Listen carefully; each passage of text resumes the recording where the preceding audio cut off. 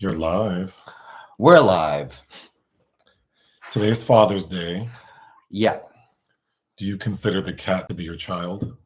it's the closest thing I will ever have to having a live child, So are you a father? I suppose, but I don't expect any gifts beyond not cleaning up vomit or errant fecal matter. Okay, the theme for this live poll was Father's Day. So you chose 4 films related to dads. The options were This Boy's Life, The Great Santini, Ghost Dad, and Paper Moon. Mm-hmm. The winner, of course, was This Boy's Life with 39% of the votes. And technically, the theme was terrible fathers. Well, but like for something like Ghost Dad, Well, that it's is more like the actor playing the dad. outside of the frame. That was why we had Bill Cosby in there. But yes, and Paper Moon is a comedy. And the one I voted for, Ghost Dad is the only one on that list of films that I have not seen. Ghost Dad and Paper Moon got equal votes, and no one was checking for The Great Santini. Which is too bad because it's a really great Robert Duvall performance based on a Pat Conroy novel who also wrote The Prince of Tides, which also features a terrible father in that Barbra Streisand adaptation. I would have voted for Ghost Dad just because I've been talking about it forever and have never seen it. That's Sidney Poitier's last film he directed. He directed 9 features, and that was the last one, Ghost Dad. And my only reference point to it is in Serial Mom with that lady that gets murdered with the leg of lamb that won't rewind her VHS tapes. So This Boy's Life is a 1993 film. Correct. Leonardo DiCaprio's first lead performance, notably the same year that What's Eating Gilbert Grape, his first Oscar nomination. That film was released that year. What is this film about? Teenage Toby Wolff and his mother, Carolyn, move to Washington. Carolyn marries Dwight, who physically and emotionally abuses Toby. Toby schemes, forges transcripts, wins a boarding school scholarship, and escapes with his mother. So this is based on the memoir of the author, Tobias Wolff. Yes. Notably, his older brother, Jeffrey, also wrote a notable memoir about their biological dad called The Duke of Deception. Oh, wow. Yeah. So they had a rough childhood. Mm-hmm. I knew nothing about this film. People were commenting that it's like emotional warfare. I did really like this movie. It wasn't as traumatic as I thought it would be. I think at the age that I saw it originally, because I've made my own peace with my own father, but he had a lot of, and my grandfather had a lot of behavioral issues that the Robert De Niro character has. And there were certain instances that were very similar. So as a teenager, when I saw this, strangely with my aunt, my dad's sister had rented it. It was probably triggering for me then, but now I have a certain sadness watching this child's experiences, but it doesn't feel as traumatic as it does in my mind's eye. I think it wasn't as traumatic because it felt relatable. Like, I think a lot of people can relate to elements of the story. I thought we were going to get the dad like horribly beating the boy, and he does. There are 2 sequences where he does fight his stepson, but I thought it was going to be like Color Purple level, like trauma. No, there's a line that's being walked that the De Niro character is not trying to cross over because he's playing games. But... Well, and while I do really like this film, I do think there are elements of it that feel a little like, it's a little Christina Crawford, Mommy Dearest. Like, it's funny you mentioned that because the screenwriter Robert Getchell also scripted Mommy Dearest. Because I could tell stories about my own dad, and it's like, well, if I, like, as a middle-aged man today, thinking about it all, it's like, wow, it probably wasn't as bad as I probably would have made it 30 years ago if I told it. But, right. You know, so it's giving. I'm not questioning what this person wrote about their own life, but there are elements that don't seem to quite match in the way that I think felt realistic to what a lot of people experienced, and certainly what it would have been like in the 50s in that area, you know. Well, also watching it again as an adult, the DiCaprio's Toby has some behavioral issues and is making matters worse for himself as well. So the story, it starts in 1957, and we meet Carolyn, played by Ellen Barkin, and she's with her son, Toby, played by Leonardo DiCaprio. His age is also a little confusing to me. I didn't look up the actual birth date of Tobias Wolff, so I don't know how old Leo's supposed to I think be. he's 45. I think he's 12 or 13. He looks 12 or 13. We're told years passed, and I don't know that they were able to age him in a way that made sense to me, but we see that Ellen Barkin has this bright idea as this single mom traveling with her kid. Let's go to Salt Lake City to try to find uranium. And she's bought this device that should help her. So they get out there and people are like, lady, you are crazy. But she settles in, and then her ex shows up. Chris Cooper. And he's clearly a problem.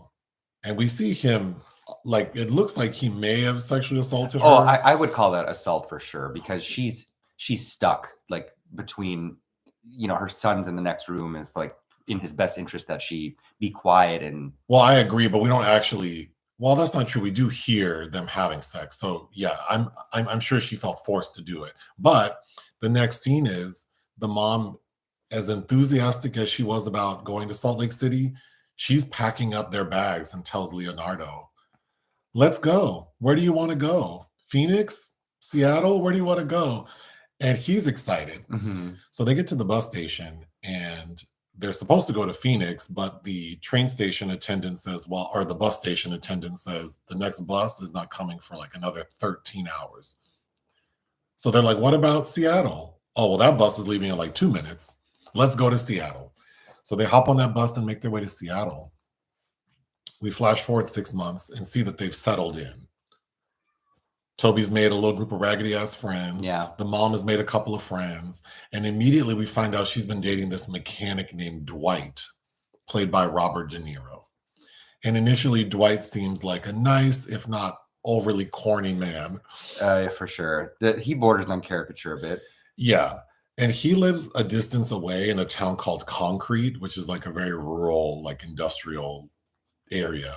In Washington. And they're in Washington, Seattle. And so they start dating. We see that Leonardo's character, Toby, has some behavioral issues, like you said. So at a point, Ellen Barkin tells her son, listen, I don't know what to do with you, so I'm going to send you to live with Dwight. And if you can be a good boy, maybe he'll agree to marry me, and then we can have a fresh start. And Toby says, okay, I want to be better, so I'll do it. So he goes. And when Robert De Niro picks up Leonardo DiCaprio, it's like a nightmare sequence out of Pee-wee's Playhouse, because they're driving on a windy road doing 90 miles an hour. Dwight's drinking in the car. And he's basically saying, welcome to your worst nightmare. I'm going to whip you into shape. And so then for the bulk of the movie, it's just Dwight, Carolyn, and Toby in this house, but Dwight has 3 other kids. Yes. 2 teenagers, big kids, and then a kid who's Toby's age, played by Eliza Dushku, Pearl. And it's just yes, by today's standards, it does seem abusive. I feel like that was probably a very common situation for a lot of people during that era, but it's abusive. Leo can't stand Robert. Also, Robert's kind of awful to his wife, Ellen Barkin. And everything culminates in Leonardo trying to leave. And we already know that his dad and brother, who kind of ran out of Dodge on Ellen Barkin and the dad is rich. Mm-hmm. And the older brother has sort of reaped the benefits of that, because the dad's really not checking for Leo. They both went to fancy boarding schools. So Leonardo has the idea that I can do it. And so through a series of events, including having his transcript forged, but also doing well legitimately on the SATs, he's able to get into a nice boarding school with a scholarship.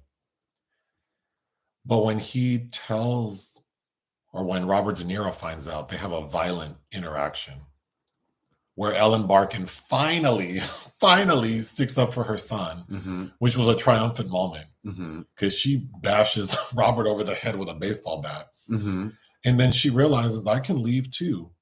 Her character had also done some developing, which we'll get to. But they both leave at the same time. And the end of the film is Leo waiting for his bus to go to his boarding school.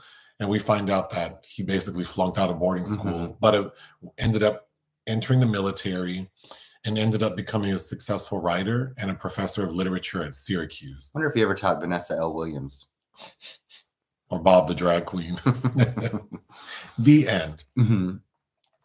Yeah, I was really into this film. I'm glad it wasn't as traumatic as because I thought it was going to be an arduous thing to get through. But I really like Ellen Barkin. I think I'd love Ellen Barkin in this. Yes. And Leonardo DiCaprio does a really good job. Yeah, apparently De Niro was so impressed that he called Scorsese about, like, you gotta meet this kid. Well, because Leo's worked with Robert in other projects. Well, it's Killers of the Flower Moon. And then Toby Maguire's in the film as one of Leo's raggedy ass friends, and they've worked together. They're very close they're friends. Good buddies. So I imagine this was a nice film set to be on. Despite all the trauma going on. When we meet Robert De Niro, immediately I'm like, oh, he's a problem. Because he's too fake and nice. And then Leonardo's making fun of him. Granted, though, his accent, I don't know what he was doing. Well, it sounds like he was plucked out of the Coen brothers' Fargo. It sounds like the accent people try to make when they make fun of Minnesota, but it's really North Dakota. It sounds like that, but he's in the Pacific Northwest. And then as the movie goes along, he kind of drops that. I assumed that approach to the character was meant to seem like how he was being fake to lure in Ellen Barkin. And then once he had her trapped, then his true colors shone. I guess De Niro did work quite a bit with Tobias Wolff on portraying this man. Hey, I mean, if it was good enough for him, who am I to complain? But I will say, when we first meet him, I was smirking. Like, this is kind of ridiculous. Oh, and you notice Kathy Kinney from the Drew Carey Show. Mimi is one of Ellen's roommates. Yeah.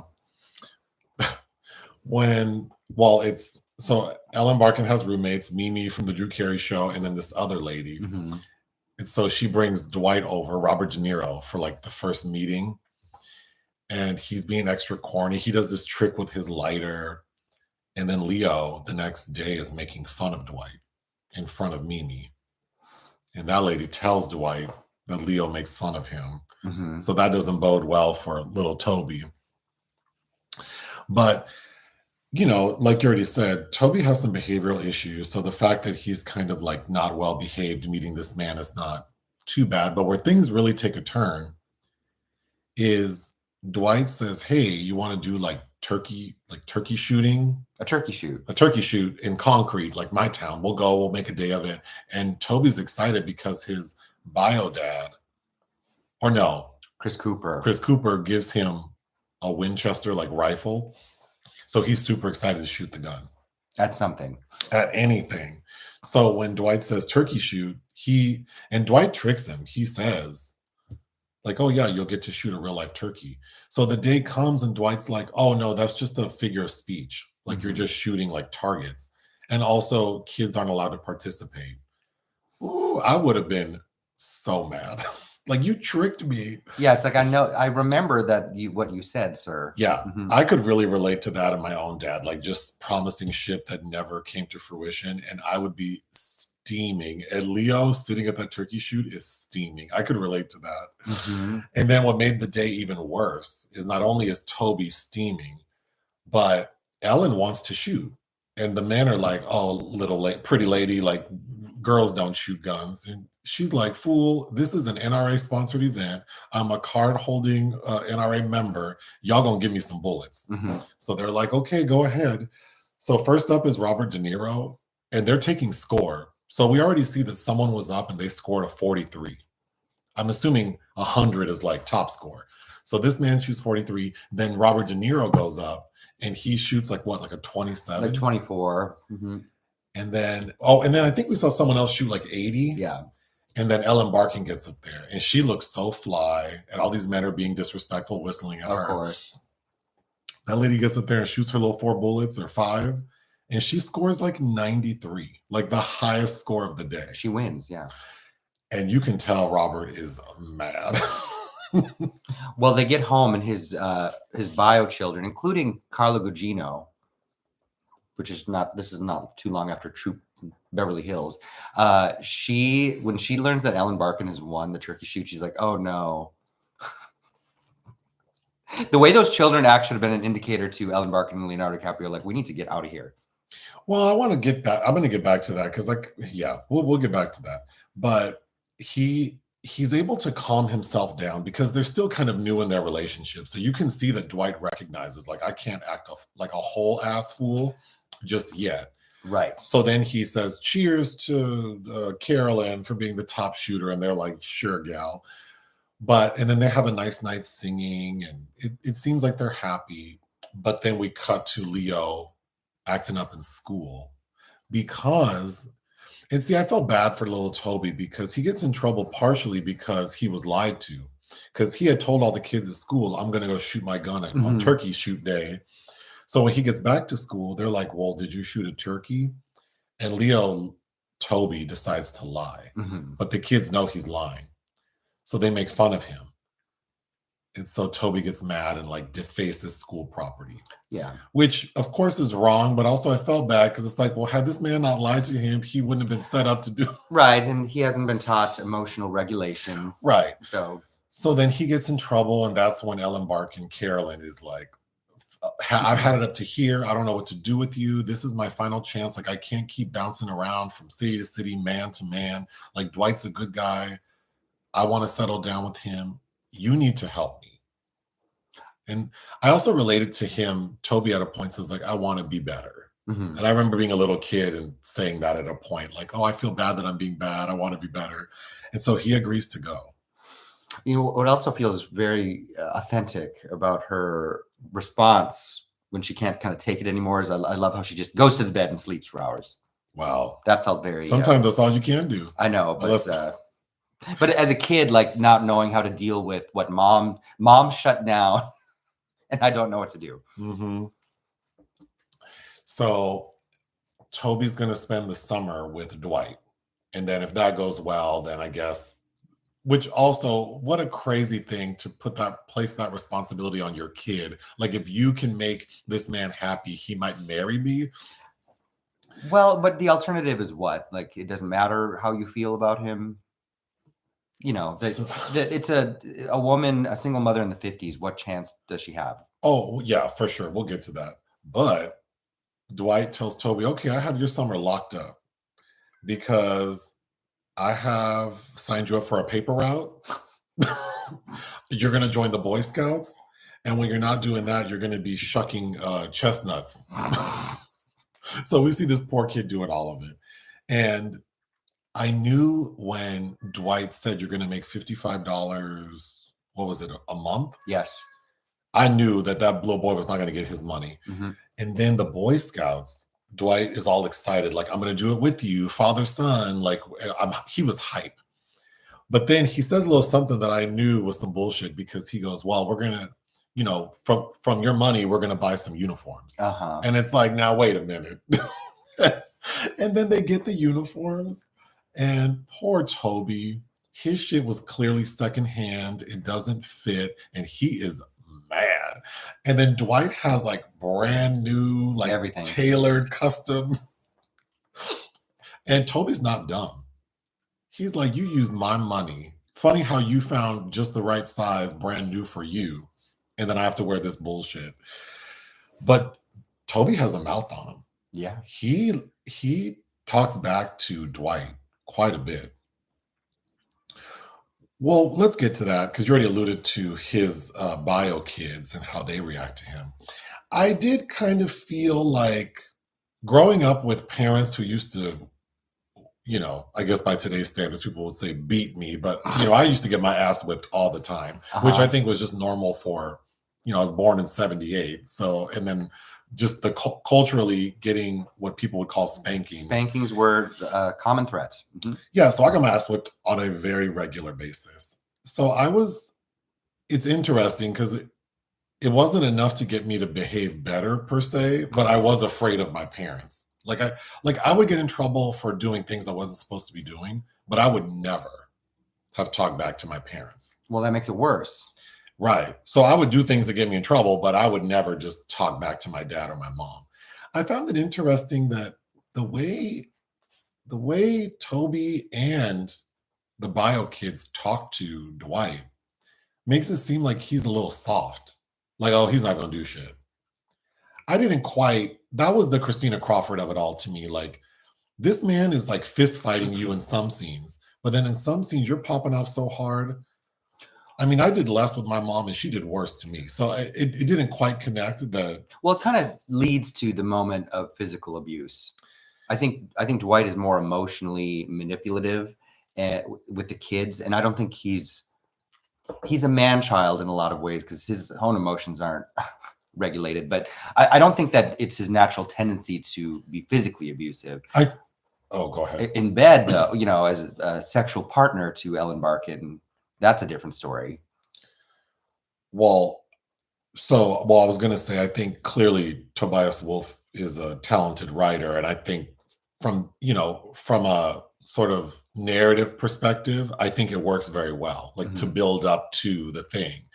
But in practicality and on the screen, it feels a little different. Like, sure. And I'm sure there's some exaggeration going on. But I mean, it still makes sense and it works. But yeah, I mean, we see that Dwight is just not, I mean, the way he has sex with Ellen Barkin and the way he behaves around everyone else, just he's self-centered. Oh God, he's selfish. This is my house. I'm going to do what I want. It's like, yeah, but you have other people living in it with you. Could you acknowledge that? Well, I mean, I think that's what happens when people. We normalized the men's behavior as like that they're the king of their castle and they can do whatever the hell they want. And it's like, well, actually, no. Yeah, I'm not making excuses for it, but I do think like in that time period, in that community, like there was an expectation that people build a certain type of family, but they're not equipped to like participate in a way that's healthy and productive, right? Especially when people are having kids when they're like teenagers, right? You're like 19, getting married, having kids. What skills do you have to be a good partner, to foster good child development? I'm not saying that it's not their fault, but it's kind of like when people aren't equipped, like how would you know that you don't know what you're doing? And the world, like your world is telling you like you need to start a family. What do I know about a family? I think my own dad was like that. Like he didn't. Oh, same. I think he just got married and had kids because he thought that was what he was supposed to do. But ultimately, I think looking back, it's like that probably wasn't what he wanted or should have done. I don't think my parents should have had children either. I mean, but so I feel a little. I'm not saying I feel bad for Dwight. I mean, I do kind of feel bad for Dwight because it must suck to live thinking that like there's all this weight on you, and he takes on so much responsibility and he's so annoyed, and so like that just that sucks. Yeah, I mean, that must suck. To a degree, he's a victim of circumstance as well, but he's the one with the power in this scenario, so thus becomes the monster. But speaking of monster, his approach to Toby, he tells him like basically kill or cure. Like I'm gonna whip you into shape some kind of way. And then getting back to him having sex with Ellen Barkin, he just tells her like, I don't like to see the face. Like he doesn't even humanize her. And then he says it's either doggy style or on the side. Like that's all you get. Like that's all you get. My house. And he says that a lot throughout the movie, that it's his house. And I think, yeah, when you're not equipped, like if you're not used to sharing, if you're not used to being uncomfortable, I think a lot of people are like that today. It's just that times have changed, so people are allowed, I think there's more space for people to be single longer, to not get married as early. And so they get to foster that sort of individuality. But then, maybe that's why people have a harder time connecting nowadays, because it's like they're not able to compromise. Right. I mean, Dwight clearly cannot compromise. Although, he has a house full of people.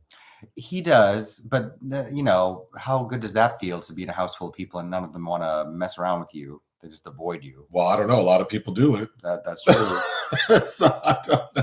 To be fair, it's funny how my relationship has changed to this film, but like Toby is a problem also.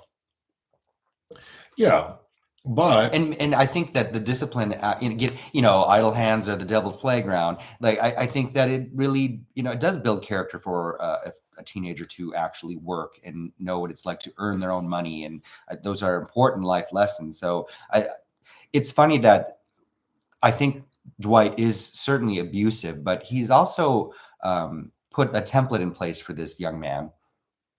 yeah. Well, I mean, almost like, one could say like the military, which I would love to know. I mean, I'm actually kind of interested in reading more about Tobias Wolff because I wonder how his upbringing affected his time in the military. I would assume that he took to it quite well because he was used to sort of this authoritarian approach to. He could survive under those conditions. Yes, I'd be curious to know. But to be fair to Toby, he was just a kid, and then he has this broken home. He has this mom who clearly loves him, but she's not equipped to make choices that are conducive to a stable environment, which is what kids require. Right. This poor kid was bouncing from place to place, and as a kid, there is some excitement to that. I moved a lot as a kid too. And I always thought, well, as long as I'm with my mom, I felt safe. So I turned out okay to some degree, but it's still, thinking back, it's like, what would I have turned out like if I would have had like a stable home that to this day I could go back to and sleep in the bedroom I grew up in. But I don't know, what if that household was filled with trauma and abuse, and maybe I wouldn't want to go back there. So yes, Toby had behavioral issues, but I don't think that should be like, I don't think any blame should be put on him for any of this. No, Like, no. And these adults need to know how to behave with these children. No, and I think that the approach to Carolyn, Ellen Barkin's maternal figure, is also kind of gingerly, like she's trying to do the best she can. And she looks pretty fly in this movie, and it's weird. Like Ellen Barkin got to be have relationship movies with Pacino and De Niro, which I think is interesting. But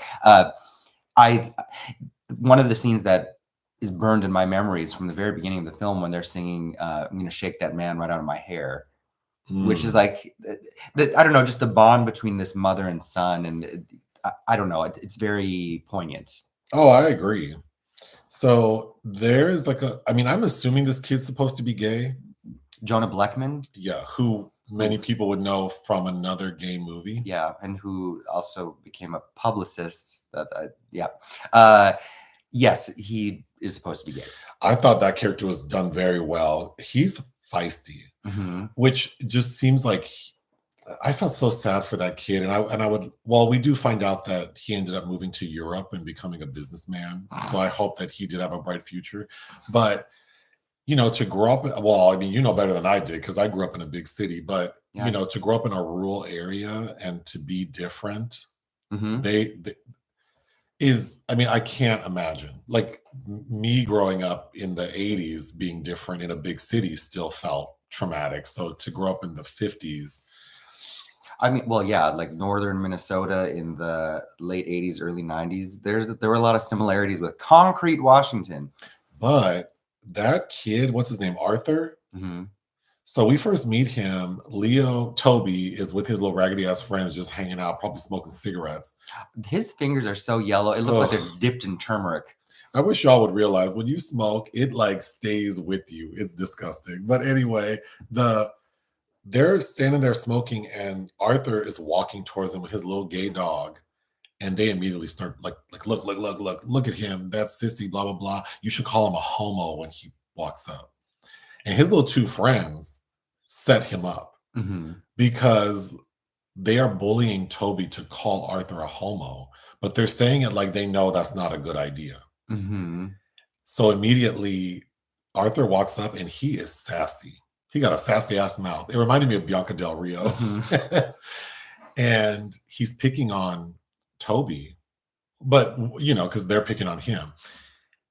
And Toby calls Arthur a homo, and Arthur starts swinging. and they get into a fight. That little dog is in on it too. That I wrote down, that dog is a real one because that dog jumped in and that dog was biting on DiCaprio. but I think Arthur won that fight. He did.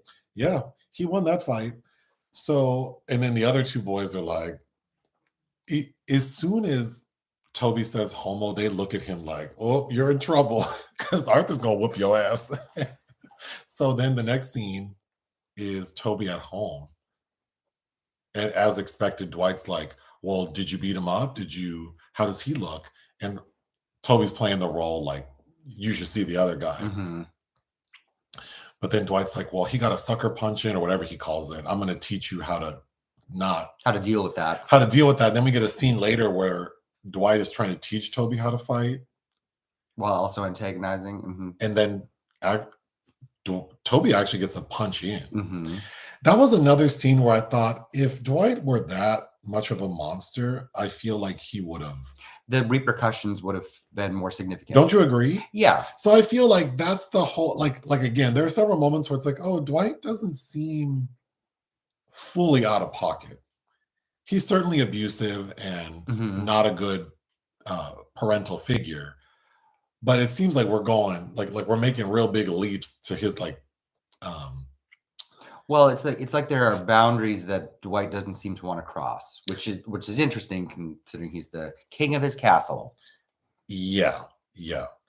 But then we see that Toby develops a relationship with Arthur. They become friends. Mm-hmm. And then that's where we get the 2-year timeline because it's Arthur who tells Toby, man, after 2 years, you still haven't done shit, blah, blah, blah. So they were friends for 2 years. Like we see them getting ice cream, I think, and they're talking, and it's pretty much Toby saying like, well, you're different because you're gay. He doesn't say that, but in so many words, and that's where they come up with the alien term and that they both want to get out of Dodge. Mm-hmm. And I thought that was really sweet. And then we get a couple of scenes with them hanging out. And one in particular, they're playing piano, and Arthur kisses Toby. And Toby seems shocked, like, oh my God, is he going to hit him? Mm-hmm. And then he just goes back to laughing and playing the piano. I thought that was really sweet. Okay, Dwight keeping Toby's money, that infuriated me. I can relate to that. Well, my mom used to tell stories about how her mom made her work when she was a kid, like 8, 9, 10, and would keep all her money. And so my mom was very conscious of like never asking us for our money, never expecting us to pay for things, which was in contrast to my dad. My dad would always be like if I would ask for anything, he's like, well, do you have any money? Mm-hmm. No, Negro, I am 8. Why would I have money for a pencil? Like, I hated that. I hate that to this day. Same. Why did you have me if you're going to make me feel like I have to carry my own weight? I'm a kid. I don't have money. Clearly, I can't. Oh, yeah. And I'm not asking for like $300 shoes. Mm-hmm. Like, I need shoes. I need a backpack. I need a calculator. I missed the school bus one morning, and my dad was the only one home. And I asked, like, could you give me a ride to school? And he's like, you know, you got to pay me.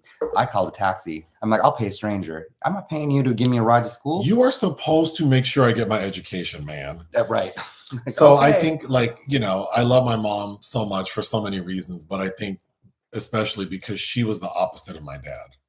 Like, she never once made me feel like I was a burden. In fact, she's the opposite. Mm-hmm. It's like she's overbearing with like doing things for me. But it's like, you know, I feel like that's the kind of attention a kid wants, is to feel like, oh, I'm wanted, that I don't have to.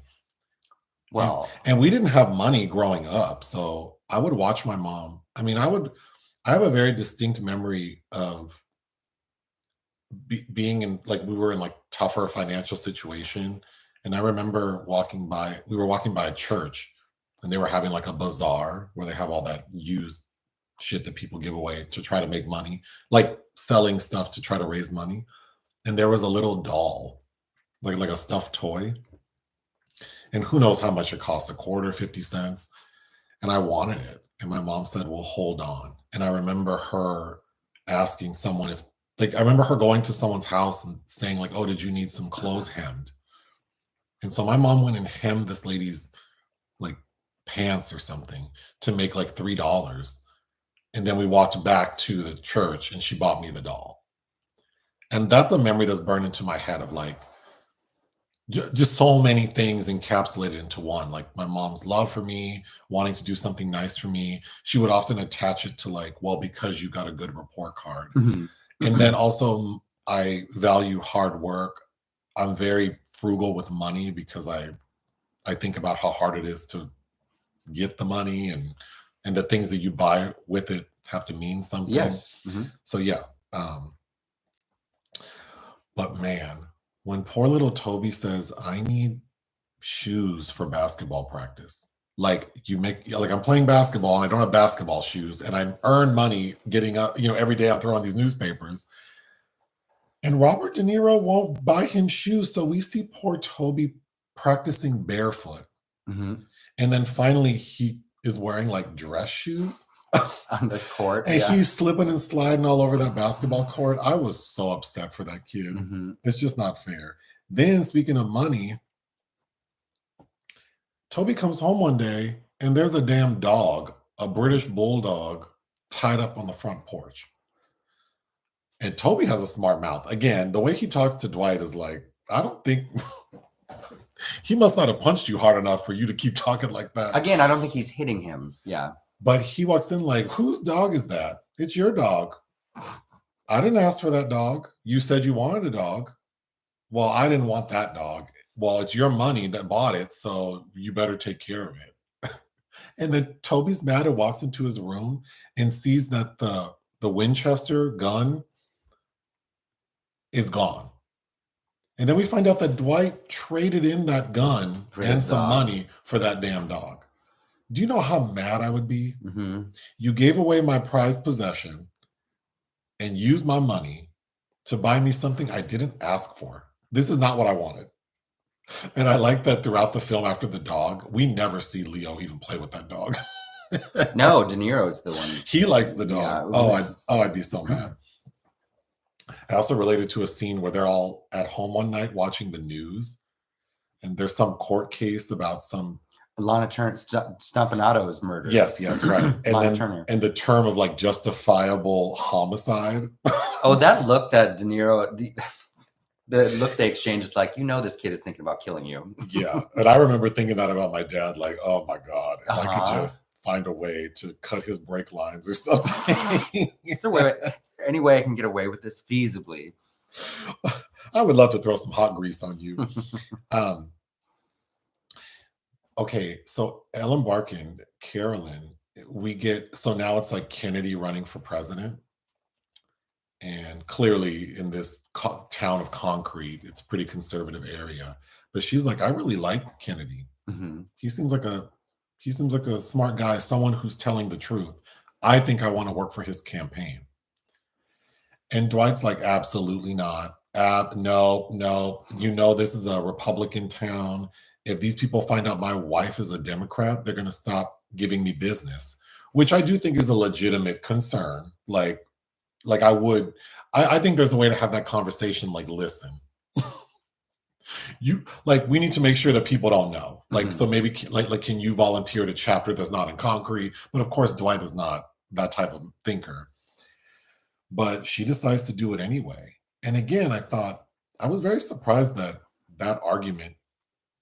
It's interesting because it seems like their relationship, Carolyn and Dwight, is not super abusive. Like, it's tolerable. Well, because she has diminished herself to a degree that allows it to be tolerable. For sure. Yeah, I'm not saying it's healthy or good, but I think it's so effective as a story because it seems really relatable. Like, I think a lot of people might, who are maybe my age would think like, oh, I see my parents in these people. I think, we see her as a woman that's really exhausted herself. And it's, that kind of nomadic lifestyle where basically she's trying to find a man that's not going to assault her and care for her with a teenage son. I mean, I think that, she's doing the best she can with what she's given, and she's resolved to make this marriage work that is also incredibly toxic. So yeah. Well, she even tells Toby at a point, like, I can't keep, Yeah. like I'm getting tired. Like, I can't keep bouncing around. Like, this has to work for me. Well, it's tired and terrifying. I mean, the Chris Cooper scene on the couch is kind of like, she's like a trapped animal. And I don't blame her, also like you said, during this time period to be a woman, like what ability does she have to take care of herself and her kid? He's so close to being an adult. I'm sure a big part of her thought process was just keeping it together long enough for my kid to like get out of here. And I'm sure she thought I'm sure a lot of married people think like it'll get better. Like this fool will calm down eventually, or maybe he'll become disabled and I could just lock him in a room. I don't know. Who knows what she's thinking, but I don't blame her that much for staying with Dwight. So then of course you think, how in the hell did Toby get out of concrete?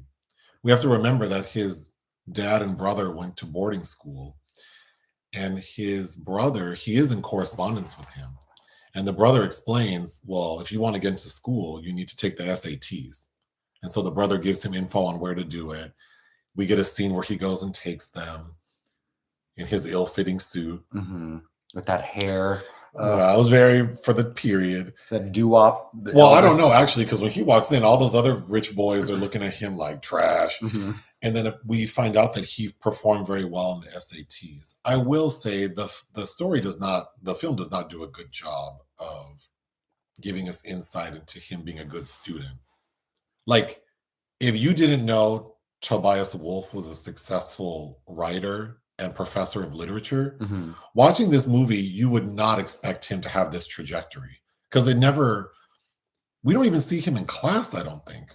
No, but and he seems like street smart and mouthy, but he doesn't seem like an intellectual indeed. He's like Good Will Hunting. Well, I don't remember Good Will Hunting, but this brilliant young mind that kind of taught himself. Yeah, but doesn't Matt Damon exemplify that he has that ability? Like, like little things he does shows like, oh, he's smart with math. And Toby never demonstrates that he's intelligent.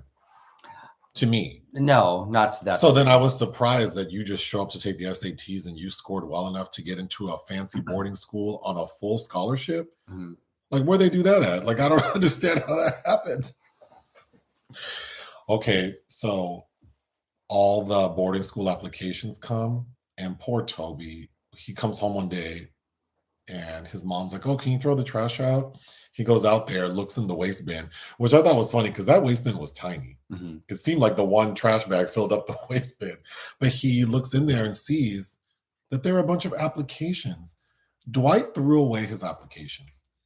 I mean, that's just so petty. Yes, he's petty. But Toby tells Dwight, like, your problem is, well, I think Ellen says it, Carolyn, like, you're afraid of anyone doing better than you. Like, you're intimidated, which is crazy. Like, why wouldn't you want your kid to do better than you? But that's just who Dwight is. So Toby's going through the applications and realizes, like, oh, I need letters of recommendations. Like, where am I going to get those from? These teachers hate me because I'm bad in school, but I guess I can forge those. But they want my grades on school letterhead. How am I going to do that? Well, Arthur, his little gay friend, works in the office. But at that point, they had a falling out. Because Arthur's kind of antagonizing him like, you're turning into your raggedy ass friends. I thought you wanted to get out of concrete. Why are you being a dick? So Toby calls him gay, basically, and they stop being friends. But I thought it was a very heartwarming moment when Toby asks Arthur, like, you have to help me. Can you get me school letterhead so I can fake these grades? And at first, Arthur's like, no, like, you're a dick to me. And also, why should you be the one to get out of Dodge? But then we see him eventually pass him a manila folder with the documents he requested. And then we see Toby like faking he gave himself straight A's. Oh, yeah. Well, back in the day, back when it was so easy to forge things. Gosh. But then, so he gets his responses and they're all no's. But the final school that didn't respond, they actually call the house and say, one of our interviewers wants to meet you in person to make a final decision. So they meet at the local diner And it's rough because the interview is going pretty well until Toby's raggedy friends walk into the diner and they are being full on reprobates, using foul language, stealing. And Toby is like shrinking because he's so scared that he's going to be found out as one of their associates. But the man interviewing him misinterprets Toby's behavior as being like he's sheltered. He's like, the boys at Hill talk rough too. Yeah, so he thinks that Toby's being shy because he's not used to that behavior. Little does he know that he be the main one acting a fool.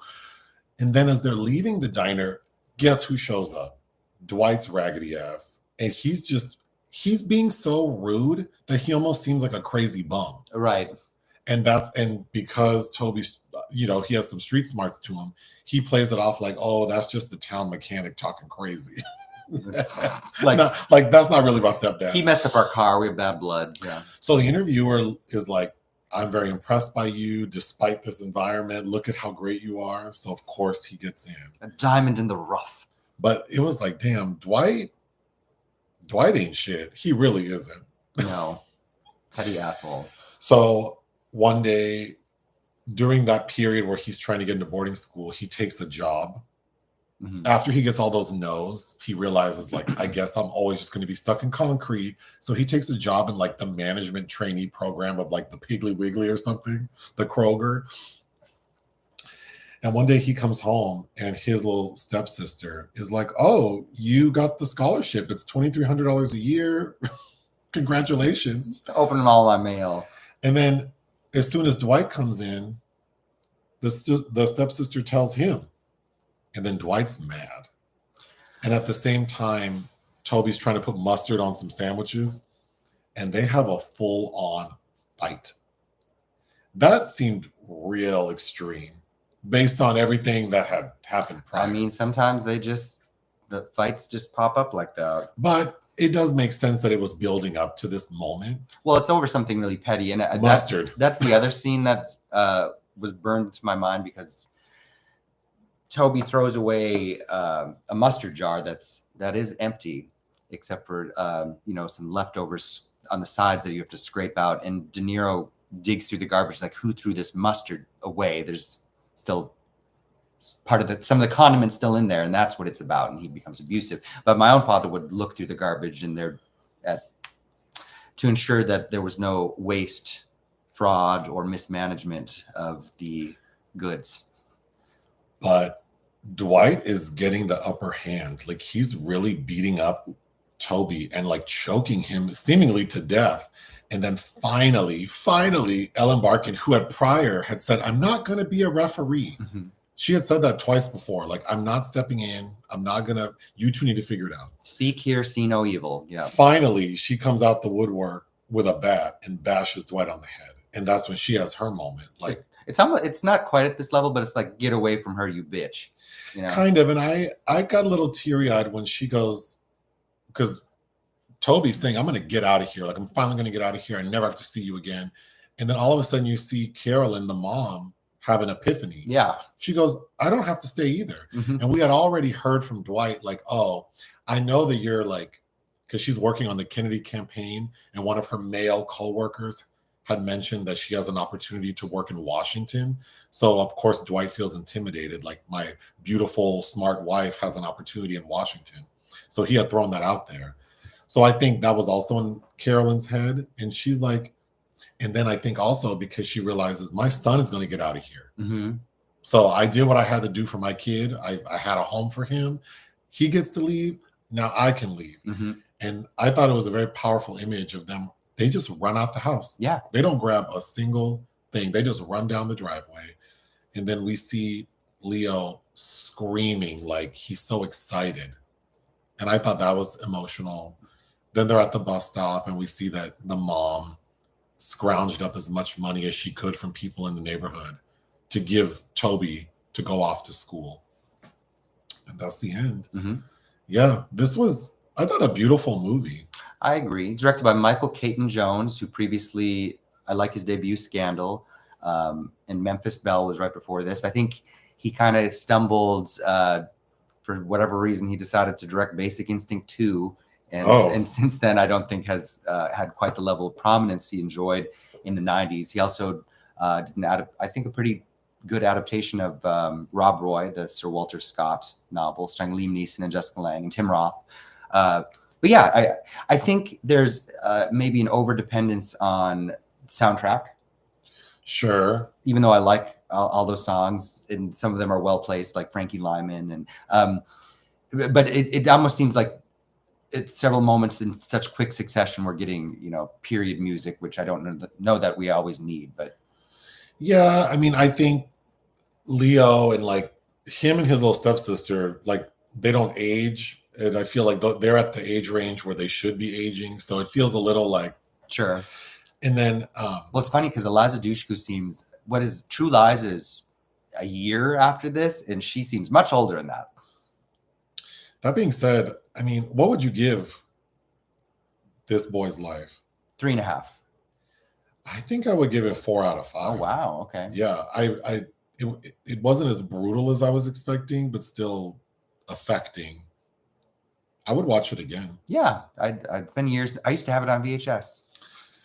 Okay, I talked for 51 minutes. Okay, I'm going to quickly go through these comments. Hi from Copenhagen. Been watching your old videos all day. I'm sorry. Happy Father's Day to y'all and Tyler Perry. Yeah, he's a daddy. Yeah, he never mentions his son or that lady who directed, the lady he paid to have his kid. The Receptacle. And she directed that Amazon Prime documentary. That's right. Maxine's baby? Maxine's child? Something like that. Mm-hmm. Oh, people are in New York, Texas. This is the first time the film I voted for in a poll actually won. Well, I was expecting Ghost Dad to win just because people are messy, but I'm glad they chose this one. Uh-huh. Ghost Dad has been on my podcast, like secret movie list, so it'll just go back on that list. Mm-hmm. Hello to Germany. This was someone's first Leonardo experience. Really? Johannesburg. Joburg. Yeah, I think the sex scene between that was probably the most like jarring. Well, and that ex being aggressive with her. Mm-hmm. Those were the two most uncomfortable. Well, and then the mustard scene. Mm-hmm. But by that point, we know that Toby's going to get out of there. So I was just like, if you can take this final whooping, you're out of here. Yeah, the light at the end of the tunnel is not a train. You're gonna get to leave. Oh, apparently both Leonardo and Toby Maguire were up for this role. I think I also heard Christian Bale was considered. Oh. Yeah. I really want to rewatch. I haven't watched What's Eating Gilbert Grape in years and years and years. The Boy Scout uniform stuff was over the top. I mean, I think they really do. We spend a lot of, Tobias Wolff, I guess, was really affected by Dwight keeping his money because that's a big part of the story, which I mean, I would be mad too. Mm-hmm. Oh, and then spending it on things that you didn't ask for or need or want. Mm-hmm. My mom would chase us with a wooden spoon. Yeah. My mom used to like to hit us with spatulas. And so she broke many, many spatulas. And then she wears jewelry. So like if she would like mess up her bracelet or then we get in trouble for that.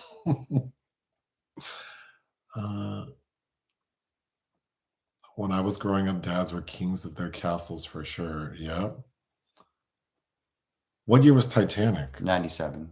So that's 4 years after this. Mm-hmm. Oh, and Marvin's Room. That's 96 with Meryl Streep and Diane Keaton and Leo. Happy Pride. I'm celebrating by watching Shelter. Is Shelter a gay movie? That is a gay movie. I remember seeing that at the Lagoon from the 2007 movie. Shelter is a very there's several films called Shelter, but I remember that something to do with surfing in that film. Oh, Arthur could pass for Keanu's little brother. What's his name? Jonah Blechman. Jonah Blechman, yeah. He looks like if you look him up today, he reminds me of someone, and I can't think of who. Pepper was the dog's name. Yeah, that dog was a real one. Because he knew, or the dog knew which one to bite. Who's this threatening my human? Yeah. That was sweet. And then when they walk away, the dog is like walking and looking at his owner. Yeah. Like, did I do good, Paw? Someone finally caught alive. Welcome. Yeah, keeping your kids' money is like, I feel like that's canceling out the importance of hard work and understanding the value of $1. If you're taking my money, it's going to give me an aversion to. Well, it also teaches you that you can't be ignorant about what's going on. The man is always going to keep you down. So you have to regulate yourself. Well, and then that causes, that creates broken adults, but. Or resilient ones. Yeah, I do think that these kind of relationships are complicated between Dwight and Carolyn, but it's it's hard to judge. It's hard to judge people's relationships, like. Yes, but yeah, the film does also feel like it is from the teenager's perspective. So, and it's funny when. Again, getting older and realizing that he's at fault in many ways as well. Okay, yeah. Let's talk about the other siblings. They're like,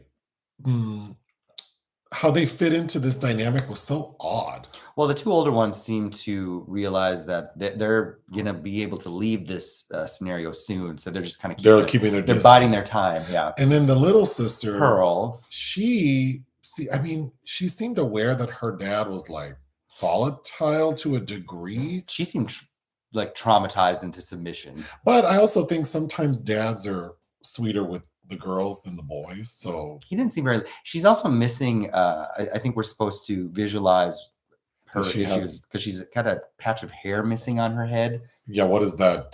Trichomania, like stress is causing her to pull her hair out. So yeah, I think, but at the very end where they're triumphantly running away, my thoughts were going to Pearl, like, well, she's still stuck there. That's another thing that the film doesn't really. Yeah, what about Pearl? Like, there should be a sequel called "What About Pearl," starring Mia Goth. But because she seems helpful, and she kind of antagonizes her stepbrother early on, but she seems aware that dad is the problem, and she's trying to make things better in her way.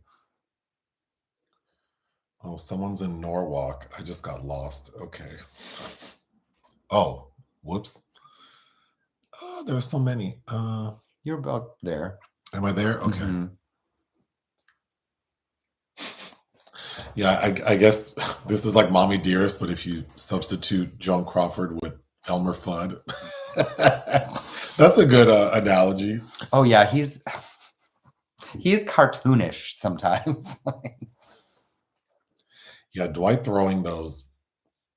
But I can see, men and men can be so fragile, and people can be so fragile and feel so threatened, and the games people play when they feel like someone might get a leg up, and I can appreciate that in like a professional setting, like being competitive, but like in your own house, don't you want, or even in your own community, don't you want harmony? Well, and you want to uplift. Like, if you do better, that makes me better. Like, I mean, I don't know. But that's not what we teach people in America, to uplift. Nick, that blue shirt is seriously making your eyes pop. You're glowing today. Merci beaucoup.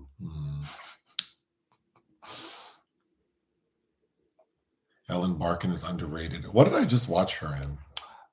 Sea of Love. I watched, speaking of, with my parents when we were in Hawaii. Oh. You didn't recall that? The serial killer movie with Pacino? No. Oh. Your mother watched it with us. Oh. Hello from Minnesota. Hola. Basic Instinct 2. Let's forget it exists. I need to rewatch. I've seen that once with you when we were in Echo Park. And Charlotte Rampling's in that movie. Yeah, there were no King marches all over yesterday. Yep. And then Pride, LA Pride was last weekend, and We Hope Pride was the weekend before. So there's a lot going on. A lot of marching, yes. Hello, New York. Long Beach in the house. Oh, I used to love Growing Pains, the show, Yes. not the actual my joints hurting. And then, although Kirk Cameron turned out to be well a little too much. He and his sister. Stratford, Ontario, Canada. Is Stratford, Ontario, Canada? Ontario's Canada, yeah. Well, there's Ontario, California. There's Stratford-on-Avon. It could be Stratford, the street in Ontario. No. Did I already say Norwalk? I don't think I know what Norwalk is. Do you? Yes, you do. Where is it? Is it Orange County? No. No. No. There's a courthouse there that I know of. We'll save that for another time. Hello, North Carolina. Oop. We could do an episode about movie scenes that traumatized us as kids. One of mine is Superman 3, where the woman gets turned into a robot for years. Do you remember that? No. I don't think we rewatched the Richard Donner ones. I maybe haven't watched Superman 3 in a while. Because I don't remember that scene, but I thought the guy on the poster was a young Matt Damon. I just now realized it's Leo. Yep. Yeah, shout out to Resilience. Albuquerque, New Mexico. Oh, yeah. The headlines in Minnesota are rough today. yeah. It's been a long weekend. Okay. We've hit the hour mark. Oh, that's why you got all the way to the end real fast, huh? Oh, yeah. As a child, it's never healthy to be in a home with jealous adults, for sure. The lady getting turned into a mannequin in Wishmaster traumatized me. God, Wishmaster. Superman 3 got me too. Have I seen Superman 3? I don't even know what that is. I don't And think so. Dead Horse Never Ending Story. Is Superman? Oh God, that's another film I've been wanting to rewatch. Superman 3. Sidney J. Furie. Did he do 3 or the 4th Superman? He did one of them. Yes, Stratford, Ontario is in Canada. We are a theater town very close to Toronto. Richard Pryor's in that one. Oh, maybe I need to watch Superman 3. Mm-hmm. Return to Oz is fun. I think we did a live about that. Maybe. Well, is there anything else you'd like to say? No. No? Okay. Well, thank you to everyone who watched us. Ta-ta.